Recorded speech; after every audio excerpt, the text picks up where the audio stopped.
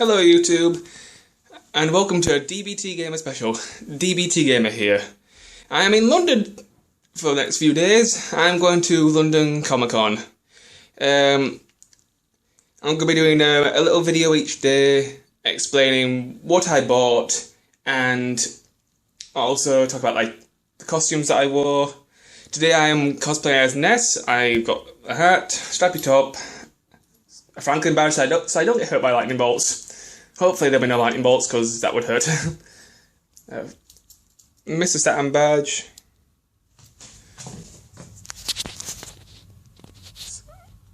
Yep. Shorts. I'm hoping it's not too cold today because I've decided to wear shorts. So I'm more like the character. A little pouch for my prop, which is a yo-yo, which is one of Ness's weapons to the game. And red pumps. I'm hoping I'm not really doing too much walking today because sometimes these pumps can be a little bit uncomfortable if I do too much walking in them. So yeah, this is my Ness cosplay. Down in the comments, tell me what you think, and I will see you later on in the afternoon where I will show you what things I bought and stuff. See you guys in a little while. Hello YouTube, DBTGamer here, and I'm continuing with my DBTGamer special. This is day 2 of London ConiCon in October. My cosplay today will be Billy coming from Resident Evil 0. Start things off, this is my tattoo sleeve. I'm not a big fan of needles, so that's why I made a sleeve. I didn't fancy drawing the design down my arm because it's a quite complicated design, and if you sweat the design gets smudged, so this is a much better idea in my opinion. Vest, and I've also got a white vest underneath so I don't get cold because it is October and I do not want to freeze my nipples off. Custom made dog tag that I got at Yorkshire Cosplay Con this year. Handcuffs, which completely fit. They have a safety button and everything, so they should be perfectly fine. Yesterday when I was going in, when I was wearing my Ness cosplay, I noticed that people were checking people's weapons and stuff.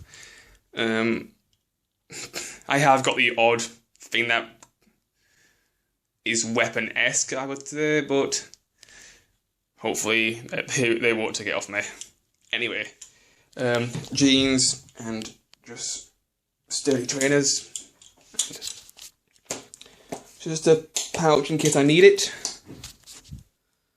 I have one of these for Ness cosplay as well. It's just there as an extra pocket, I suppose, and also Resident Evil characters tend to have lots of inventory space, and the side pouch is sort of like a staple of those games. Onto my weapons. I have a revolver, or should I say magnum. It's very light, very fake, somewhat fragile. It was from a pound shop, but it's the closest I could find to a cheap magnum. I didn't want to spend too much money. So, yep, that is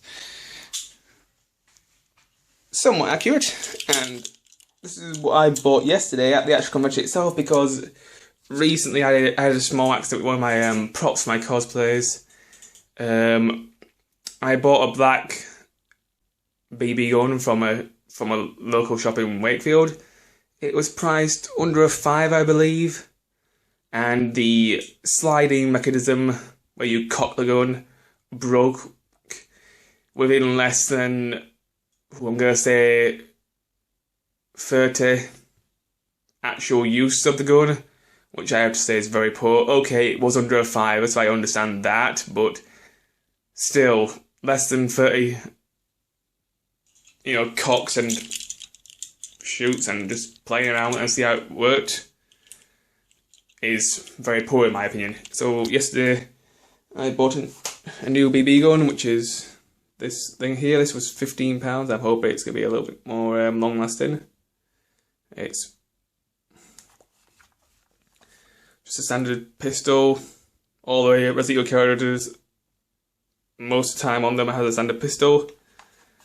So I've got Magnum, which is a very heavy weapon and very damaging, and a pistol just for all the weaker enemies.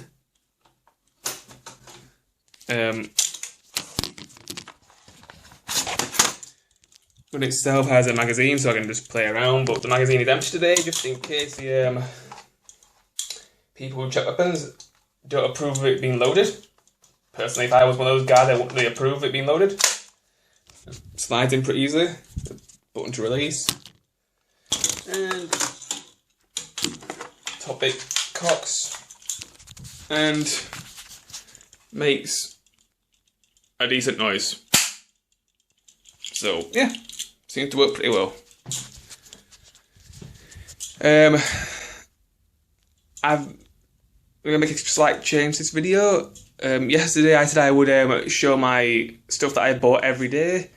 I've decided to save that until the end of the video, so I'm trying to dump all the days things that I've bought into the end of the video, because it'll just make things easier for me, and there'll be more stuff to show, and I just don't know if I'll be able to have time to record it whilst I was on holiday. Because yesterday I was super tired and my feet hurt a lot because the Nest trainers were not exactly designed for walking in for over 8 hours. Lesson learned. Pumps, after 6 hours, your feet will hurt. But today I've had plenty of rest and I'm mostly good. So, yeah. Anyway, I'll see you guys later at the con. Also, there's a Resident Evil meet at the con today. I'm hopefully going to go to that and see some other people who are bigger fan of the games as I am. Anyway, see you at the con. Hello YouTube, DBTGamer here, and time to continue the DBTGamer ConiCon Special 2017. Today I'm cosplaying Super Saiyan Goku. I'm not quite sure if my wig is Super Saiyan 1 or Super Saiyan 2. I was never very good at telling Super Saiyan 1 and Super Saiyan 2 apart. Just an update from yesterday. I was going to do some more videos for day 2 of Comic-Con, but unfortunately I was a bit sick after around about 2 o'clock, so I didn't really feel like making any videos when I was not feeling too great. But yesterday I went to a Resident Evil meetup. We took pictures, some funny, some serious, and just chatted about Resident Evil with the group and had a lot of fun. I will post some pictures later in the video. Today I'm going to go to a Dragon Ball Z meet around about 2 PM and probably going to be doing a similar thing to what we did yesterday at the Resident Evil meet. So today should be pretty fun. This costume is relatively comfortable. Some of the costume actually was donated by my sister, who also has a YouTube channel called Kamehameha Dana. We swap, we borrow things off each other because we're brother and sister. That's one of the perks of being a sister, I suppose. Yeah. Anyway, I'm gonna have to get going soon because I need to go meet my friends. So I will see you guys in the next video where we'll talk about a few more things and maybe I'll show you some of the stuff I bought. See you then. Bye. Hello YouTube, DBTGamer here, and this is the final video in the Comic-Con video series that I've been doing.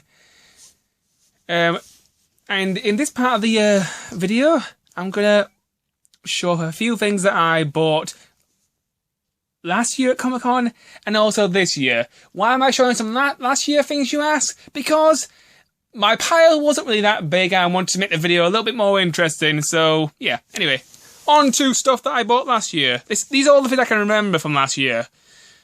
But anyway, I bought Mystical Ninja Goemon for the Nintendo 64. I have played it a little bit. It's a 3D platformer from what I can tell, and it's pretty fun. This was, from what I remember, £15, so that's a very good price for this game, considering it's quite hard to find these days. The second thing I bought was Beautiful Joe. This game, I remember getting both Beautiful Joe 1 and 2 for less than 30 quid. I can't remember the exact prices, but I played the first one a little bit. First couple of levels. The game's rather difficult, but they are pretty fun. I do like side-scrolling beat-em-ups. And I'm a big fan of Clover Studio. They also make the Okami games and Wonderful 101, and they also work for the Platinum Studios these days, which make Bayonetta and used to make Devil May Cry. So I'm a big fan of the people who make those sort of games. And Beautiful Joe is pretty fun. All the different mechanics where you can slow down time and speed up time and stuff like that. I haven't chance to play the second one yet. Once I beat the first one, I'll give that one a look. Yep. Anyway, now on to this year's ConiCon. First things first, I bought the Primal Clash Kyogre Pokemon card deck. I still collect Pokemon cards. It's quite a nice deck. I also got some Pokemon cards from my sister, who was rather appreciative of that. I think I bought the Pikachu tin and some Primal Clash booster packs. This was a Yu-Gi-Oh! Structure deck. On the first day, I went to the Yu-Gi-Oh! Booth for a demo. I wanted to learn about I wanted to see how Pendulum Summon worked. From what I can tell after playing the demo with the Pendulum Summon deck, Pendulum Summon is so broken. It's one of those things where you can literally summon a bunch of monsters in one turn and just annihilate your opponent. And if those monsters die, they go back to the extra deck and then you can just re-summon them. So, okay, these days you can have 3 Mirror Force as well as multiple Dark Hole cards, but Pendulum Summon, I have to say, Konami, as one of your new rules, it definitely breaks the game, and I'm not a fan, I have to say. They gave me a booster pack for doing a demo and some goodies in a bag. I think one of the goodies were a pen, and I also bought the Kaiba deck, which they gave me a booster pack and this thing. I haven't opened this thing yet, but it does seem like a pretty interesting deck. Plenty of classic signature Kaiba cards. I might open this and show you. I'll think about that, and yeah. Anyway, on to next thing. Throughout the convention on the 3 days, I was looking around and I saw these Pokemon badge boxes for every region, all the way up to 6. This is the badge box for the Johto badges. The Johto badges have always been Johto is my favourite region in Pokemon, so I just had to grab a set of these for myself. These were £15. When I was walking around the convention hall, the prices varied for these badge sets from store to store. There was one store, the highest was £25, which was quite steep. Some stores were selling for 20, but I managed to find a store which was selling for 15 quid, which was the best store as far as price is concerned, so I happily gave that man my money instead of the other ones. And this is quite a nice set. These are metal badges, and they're quite nice. Maybe if I do some sort of Pokemon trainer cosplay in the future, these will come in very handy. They have a nice little magnetic display case. Onto some little figurines which I bought. Digimon's a big thing again, so I bought Patamon. It's a little Patamon figurine, and it's quite nice. And it's got a little stand to put it on. I kind of wish there was like a little peg to put it in so it's still on the stand a little bit easier, but other than that, it's a nice little figurine. It goes quite well with my collection of figures I have on my shelf. In the future, I might do a video showing off my Amiibo collection, and maybe I'll do a separate video showing off some of the Dragon Ball Z figurines I have. Put some comments in the video, and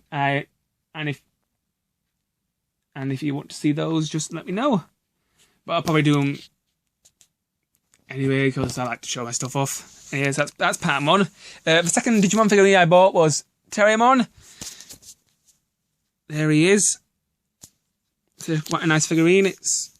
I can't quite remember how much these things cost, but I'm pretty sure they were about over $10 each, which is a little bit expensive, but they are really nice little statues. And Patamon and Terriermon were two of my favourite Digimon creatures from when I was younger, and they are still my favourites to this day. I was recently playing Digimon Cyber Sleuth for the PS4, which my buddy Stephen Dickinson recommended to me, aka Zonova, who does some Digimon Let's Plays on his channel. And I have to say Digimon Cyber Sleuth for the PS4 is an excellent Digimon game. It's probably the best Digimon game I've ever played. And when I started that game, I started off the game with Terriermon, who was a very useful Patamon throughout the game. And I quickly found a Patamon and built my team from there. So, yeah. Next item on my list, one moment, I'll just get it out, were these things. Now, there's a little bit of a story to tell about the next item, so I'll show you them, and then I'll tell the story. These are Dino Caps, for anybody who's not familiar with Dragon Ball Z. In the anime Dragon Ball Z, some of the characters have these little things. They basically put like vehicles or houses or things inside them, or food, and they put the things inside, they can carry them around a lot easier. And it's just so cool to have these little capsule things. I also have a Dragon Ball on my shelf. That's the 4-star ball. Hopefully no one will steal it so they can make a wish. But yeah, so the story with these Dino Caps, I saw these on day one and I thought, I'll come back for those later. But catastrophe happened. I couldn't remember where the store was. So on the Dragon, I kind of forgot about them. But on the Dragon Ball Z meetup, there was a person cosplaying as Bulma, and she had a selection of these as part of her costume. And I asked her, "Where did you get those?" She said, she directed me to where the store was, but it was next to a giant pyramid thing. I found the pyramid easy enough, but I looked at every stall around the pyramid. I still couldn't find the Dino Caps. So for the remainder of day 3, I was looking for all the Dragon Ball Z meetup people and asking them if they knew where the person who cosplayed Bulma bought the Dino Caps. Eventually I found a guy who was doing Super Saiyan 2 Trunks, and he and his girlfriend led me to where the Dino Caps were and helped me with my quest. There was less than half an hour to go until the con was over, so I really needed to find them quickly. So I'm very happy they helped me find these things. I believe these were in between £15 and £20 for a set of 4. They are quite nicely made and sculpted. But if I had to make a small complaint, I kind of wish they clicked, because in the show they always click them to make them sort of release whatever's inside them, but other than that, they're absolutely flawless. They're a really, really nice collectible to have in my bedroom.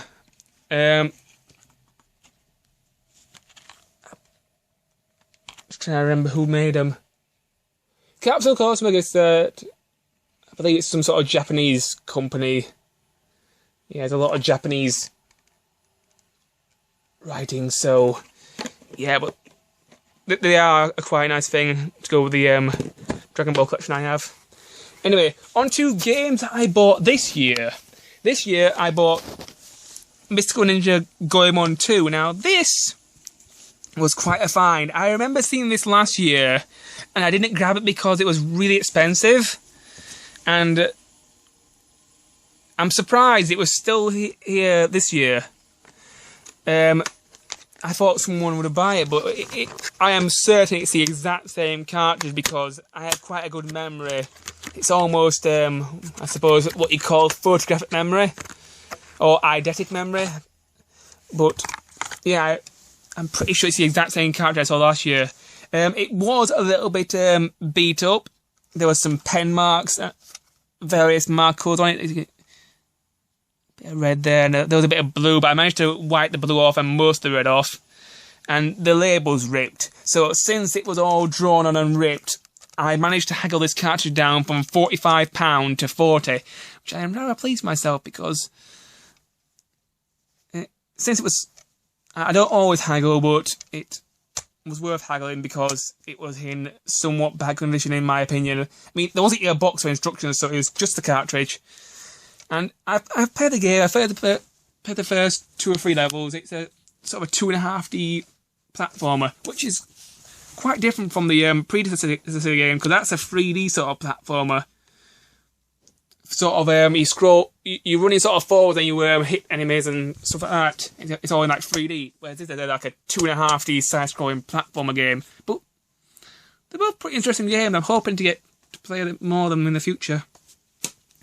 I think it was RPG games, which is retro plushy games, and they're quite a big selection of things to buy. And they give me this nice little plastic case which keeps the dust out, which is quite nice as well. The next game I bought this on a whim because I'm not sure if I even like it or not, but this is Kirby's and the Rainbow Paintbrush. This is a Wii U game, which is quite easy to find these days. I bought this at the CX store, which is a little game shop in the UK where you can buy discounted games for relatively cheap prices, although sometimes their quality can be a little bit poor, I have to say.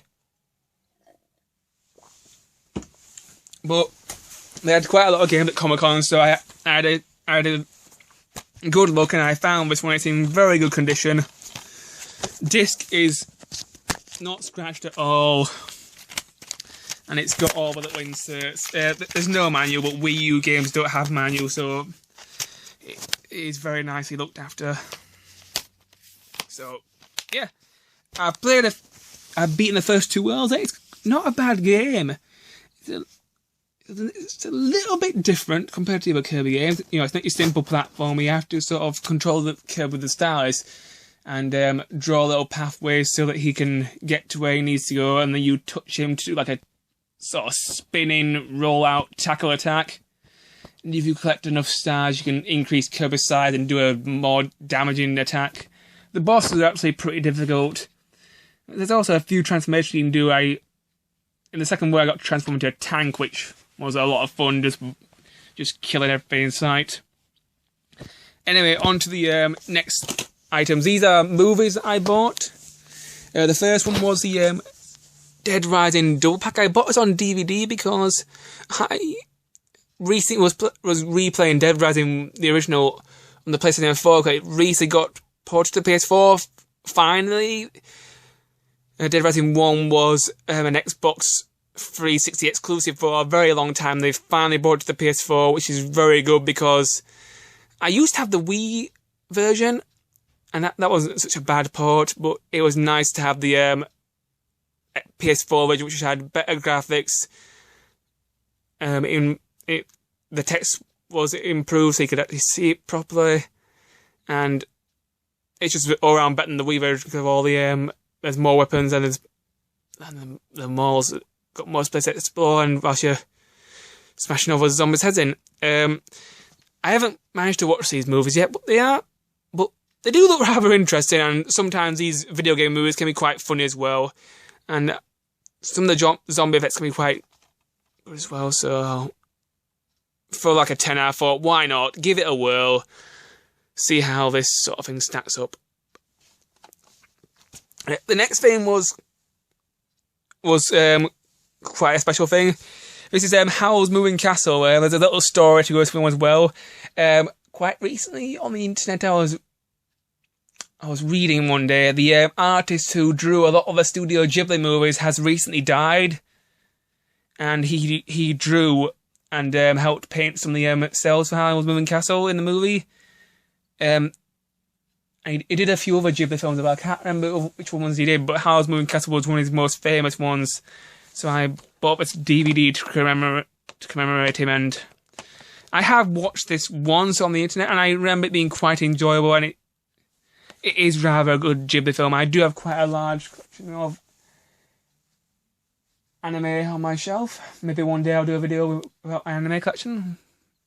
We'll see. Put notes in the comments if people would like to see what I have. If people want recommendations, I'll recommend a few things. Anyway, on to the final item. The complete collection of Cowboy Bebop. This is a DVD copy. This was, I believe this was between 15 and 20 quid. Just a simple 6-disc copy, nothing too special. I think there's some special features, but I haven't really looked.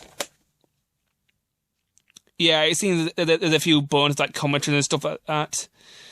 But yeah, I haven't watched Cowboy Bebop before, but when I was talking to the man in the store, I think it's like a combination of genre like sci-fi, western, and action and stuff like that. I thought I'd give it a whirl because I do like sci-fi, I do like action animes, and I do like, and I like westerns, you know. So yeah. Anyway, this is all the stuff that I bought at ConiCon this year. All in all, I had a pretty fun time. At the end of this video, if I can sort it out with the editing software, I might do like a little slideshow of all the pictures that I took of like cosplayers and stuff. And yeah. Anyway, I hope you all enjoyed my little ConiCon 2017 wrap up. See you guys next video. Bye.